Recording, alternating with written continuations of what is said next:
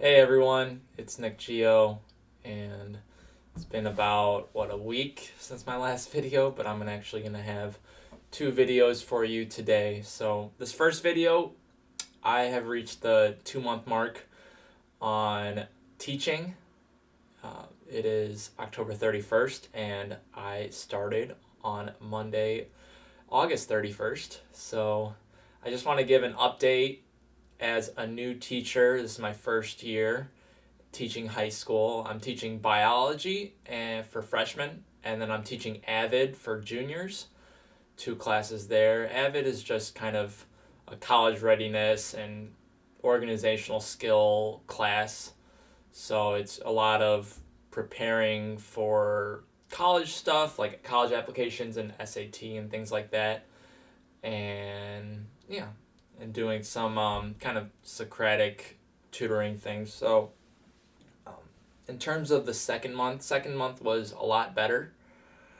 So I definitely improved in how I graded things. I think I became more efficient there.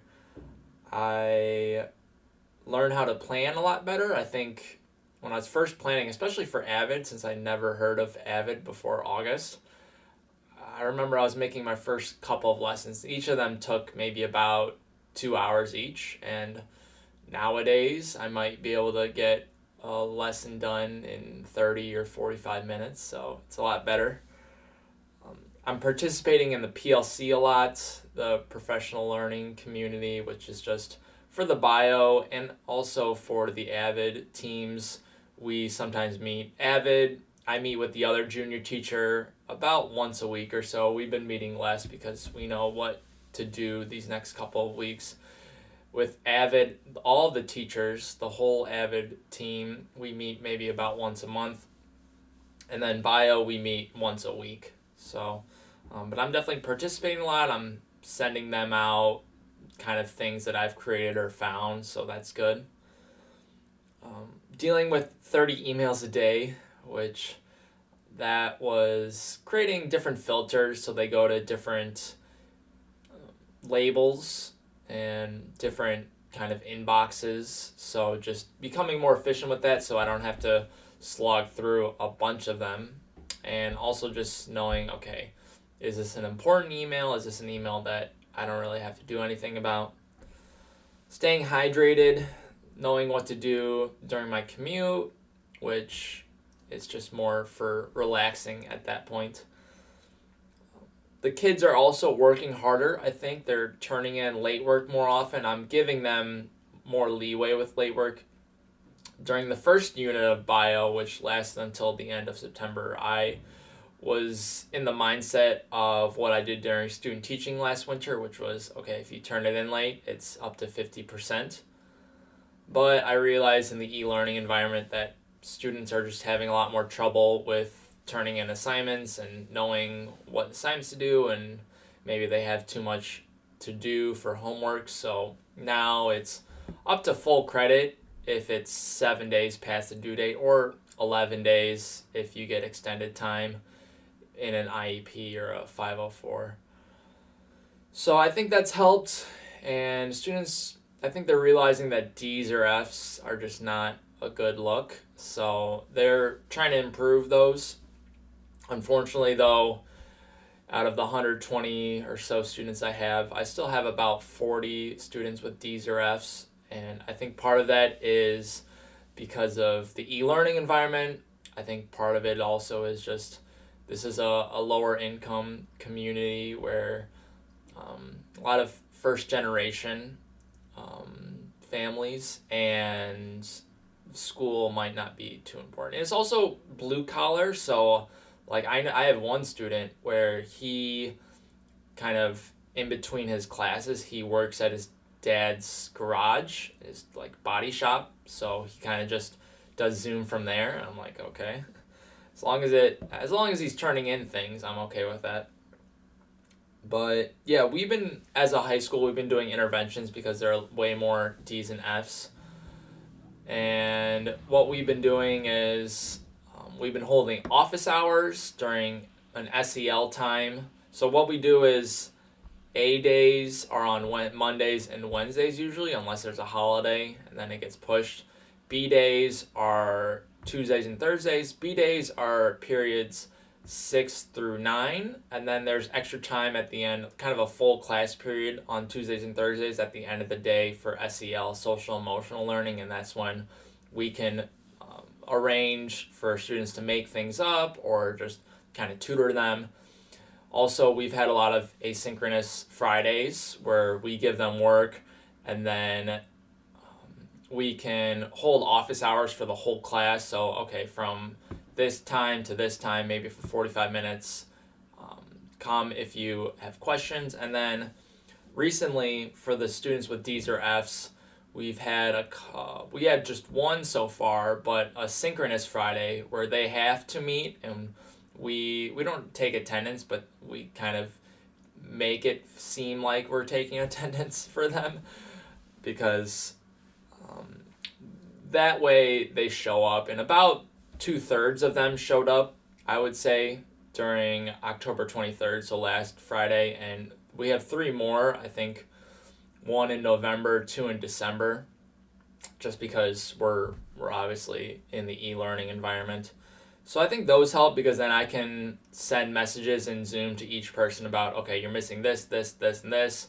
Let's go through the directions for this lab, or let's take this quiz, or let's take this test that you haven't done. Because a lot of their grade for bio, especially AVID, the juniors, they're doing a lot better. There are only like a couple D's or F's there for missing assignments. But with bio, it's a lot of, okay, this lab, the only one we've done so far, we've done 2 now, but the first one was worth 35% of their grade, and the test and the quiz, those combined, that's 40%, and classwork and homework is only 10%. So I think they have to realize that you have to turn in the lab and the quiz and the test to get a decent grade. So we've been doing that. Also, starting next week, so I think November 9th, we're going to have students come in once a day if they have multiple F's, and they'll just be kind of in a large room, socially distanced, and a teacher will be a supervisor, and they'll just do their work there, and we hope that maybe that will help them maybe pay more attention in class or just work on things. And there's also going to be, students can receive tutoring help, socially distanced, if they're coming. So I think that depends on like if they have their study hall or something like that.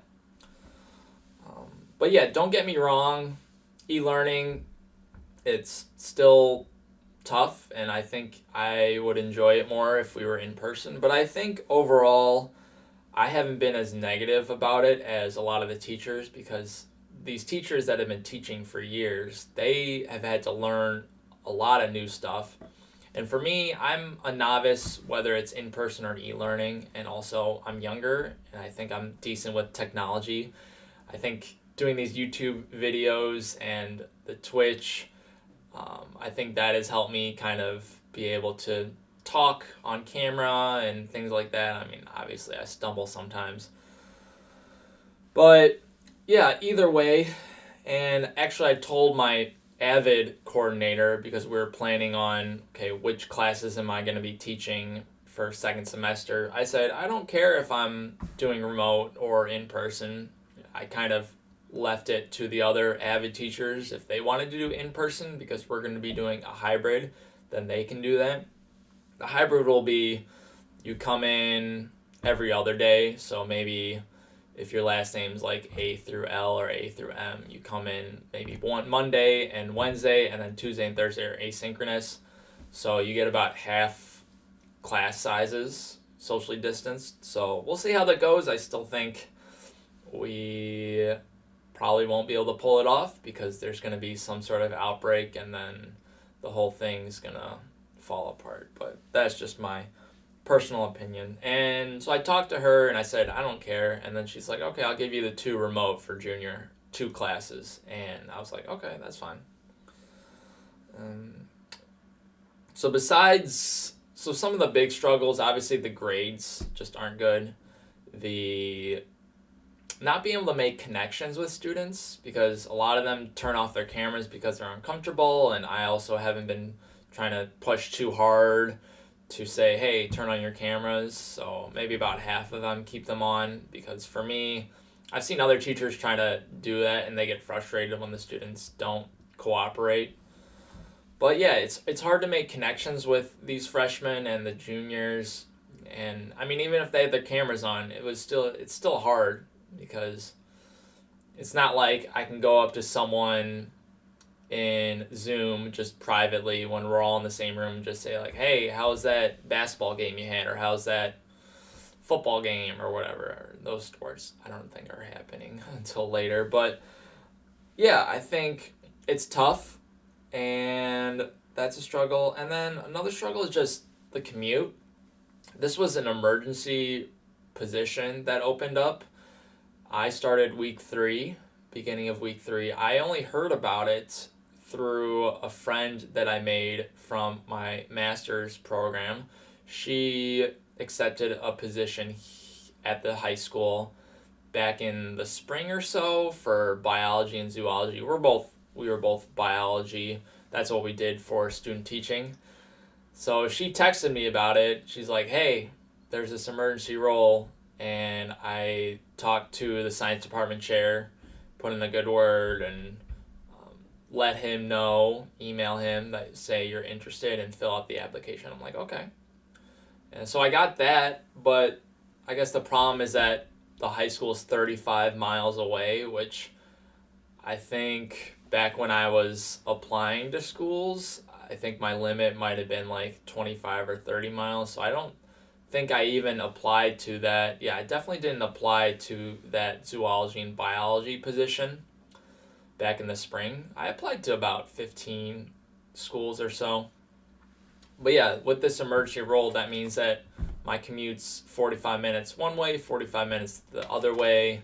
So it's not ideal, and I think probably in January, February, if I get accepted in terms of, okay, they want me for a second year, then I'm definitely going to be looking at apartments around the area just so that my commute goes down to like maybe 10 minutes round trip.